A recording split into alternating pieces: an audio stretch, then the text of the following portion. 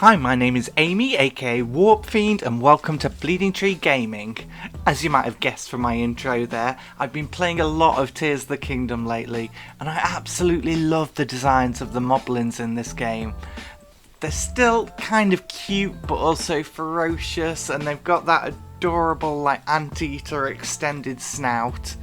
So I thought I'd paint one up. I had a look on Etsy and found a store that had a lot of models for sale, and I settled on this one Moblin that I liked. It's actually got the horns from Breath of the Wild. It hasn't got the new updated ones, but it's good for now.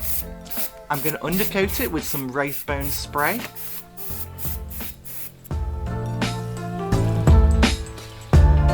Then I'm going to start off by going for some Baal red contrast over the whole thing. My first idea when painting this model was to get it as bright as possible and to try and mimic the games by using only three colours: a base, a shadow and a highlight, and try to use some smooth separations between them and clearly defined areas. That wouldn't end up working in the end, but we'll see how it goes. So I'm going to use some African Shadow by SCALE75, and this is just to get in all of the shadow. Now, looking at the way that the shadows are rendered in game, it's very striking, particularly on all the parts of the body that are facing away from the sunlight. So yeah, I'm going to go around and just fill in all of those.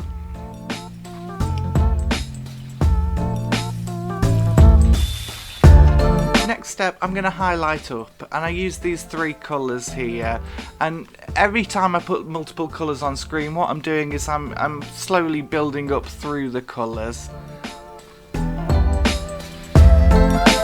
this point I started off with the sunny skin tone and just went very bold on it, but I could quickly see this kind of three-tone highlighting wasn't working, so that's when I took a step back, went back to the Aldebaran red, mixed some sunny skin tone in with that, then used some pure sunny skin tone on top of that, and finally mixed in the dark ivory. But on this pass, you see I think three colours will work, but what I'm finding out is because of the size of the model, it's going to look very basic like that, and some of these muscles are going to be very hard to define without some form of blending.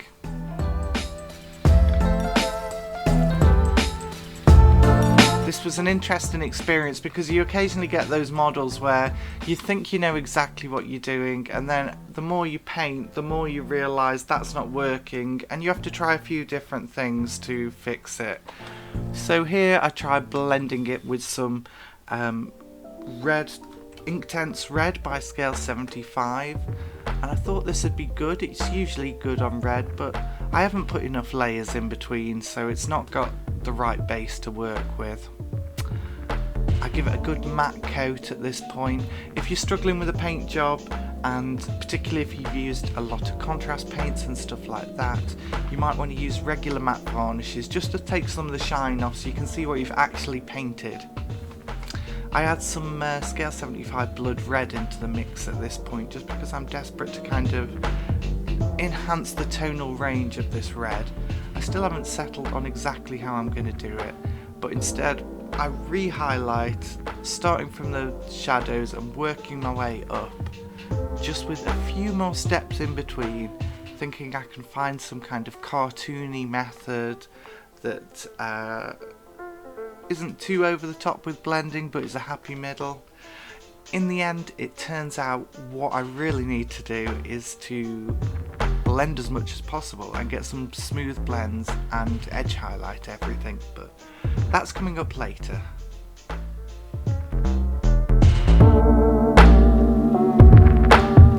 You can see I'm just highlighting up again. This is that mix of the Aldebaran red and the sunny skin tone. You can see it's looking fairly messy. I'm going to re-establish this again once I've done this coat.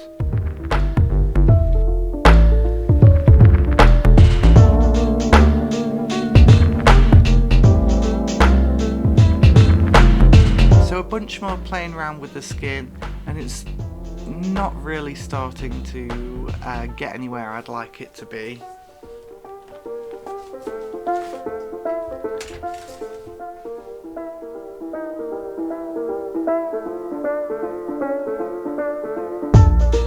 Sometimes you get to this point on models where it can be really frustrating because your ideas just aren't coming together and you're having to try multiple things. But the thing is to just keep pushing through it, trust in the process, keep on highlighting, knocking it back down, highlighting, knocking it back down like with your glazes and that. And eventually it'll kind of become clear in your own mind, if you're paying attention to it, quite how the piece is going to look.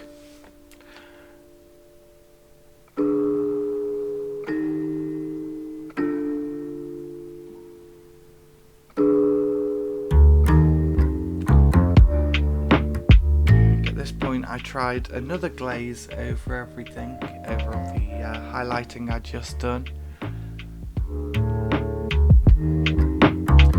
Hope that was kind of edging towards getting the right kind of thing, but it would take another layer of highlights and another layer of washing down and then another layer of highlights to finally start getting to the place that I wanted it to be. You can see these highlights. I've already got much more intimate grasp of the musculature, a much better understanding of where the lights and shadows are falling on the piece, just because I've done it a couple of times and kind of, you know, sketched things and erased them and played with them. A lot of times painting can be like that, like some things simple to paint, you don't need to play around at all. But when you're trying to get like particularly big models, or you want to get them smooth or sharp edge highlights, you will spend a lot of time going backwards and forth. And it's just something you've got to develop your patience to do a bit better. See, I'm going quite high with this highlight now, but they're still quite messy, so what I'm going to do is sharpen up the edge highlights every time, like I'm sharpening up the rest of the highlights really. I'm making them more representative of the piece. I decided at this point the best way to go is to get out my airbrush. I'd avoided it this far, but some of that Baal red through the airbrush just gives such a lovely smooth finish. I use that and then bring in the African shadow again to just blend out some of those highlights and shadows that I've put in, because they really need it at this point to be pretty smooth.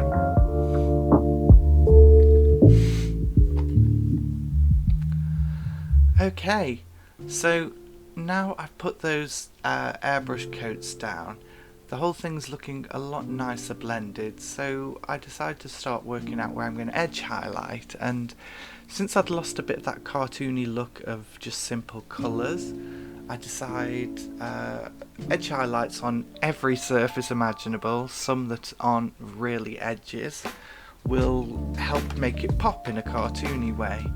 And I think I really like this. It's a very time consuming process, because whereas on a normal model you might do your edge highlight, one edge highlight over the entire model, maybe different colours and that, maybe you'll put like a little spot of a different colour here and there, like a brighter one on the edges, the corners of your edge highlight. But this way it's a big model and I am doing every single place I can to improve the lighting and the readability of the model, and that's what these edges do. I'm also getting some black and that African shadow and kind of reinforcing some of the deepest shadows as I go. And you'll notice it's finally starting to look good. This is a completely different look to the game, but I'm pretty happy with how it goes, how it's going. I noticed when I got a close-up of some images that the armbands, the straps around them that I'd always thought were white are actually a kind of desaturated green. So I picked these colours. I used some grey as the mid-tone to really desaturate those two greens, and I think the end result after I've highlighted it looks pretty good. What you've got is, because red and green obviously clash, it's going to make the green, which is so much more desaturated anyway, look more desaturated and give it more of a like grubby white look than an actual green one. Mix some black into that green, and I'm just going to use that to run through all the recesses, all the way around all these bandages.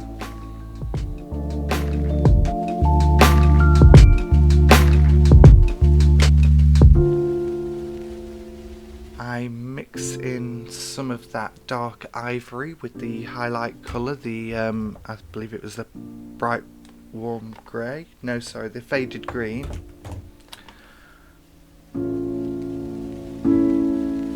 Yep, just edge highlighting all those, and I add a little bit more of the dark ivory to highlight that up.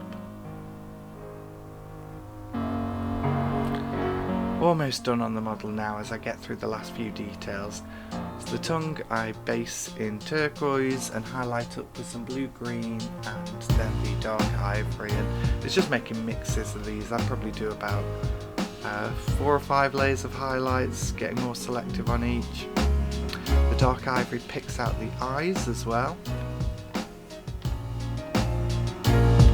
I make a pink mix from some of that Aldebaran red and the dark ivory.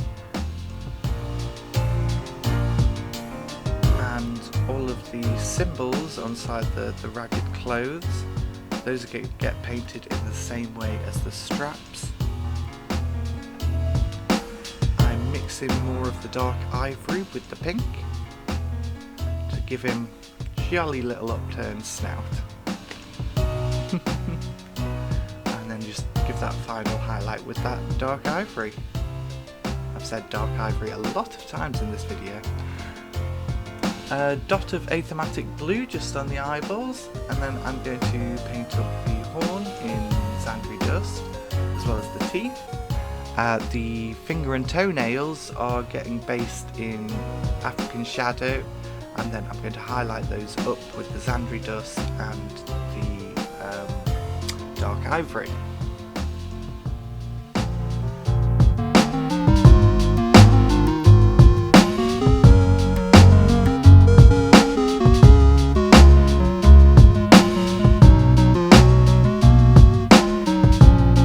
Highlight up those rags. I don't think I said the main colour is Mournfine brown, and I highlight them up with some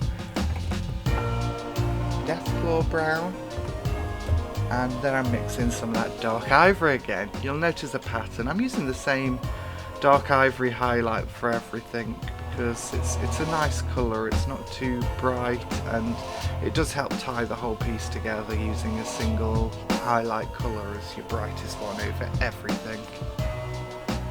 I'm mixing some black to the green mix, like I used on the bandages, and I'm just going to use that to go around all the gaps in the horns and the other parts.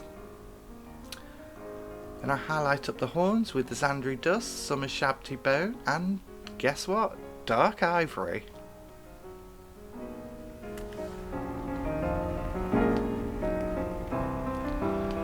That's about all on the model. I'm going to base it in an appropriately Zelda themed grassland. Nothing too complicated. I really hope you've enjoyed this video. I had super fun painting something from a game I've played so much of. I love the Moblin. I'm really happy with how it turned out. Here's the finished thing. Don't forget to like and subscribe to Bleeding Tree Gaming, and I will see you in the next one.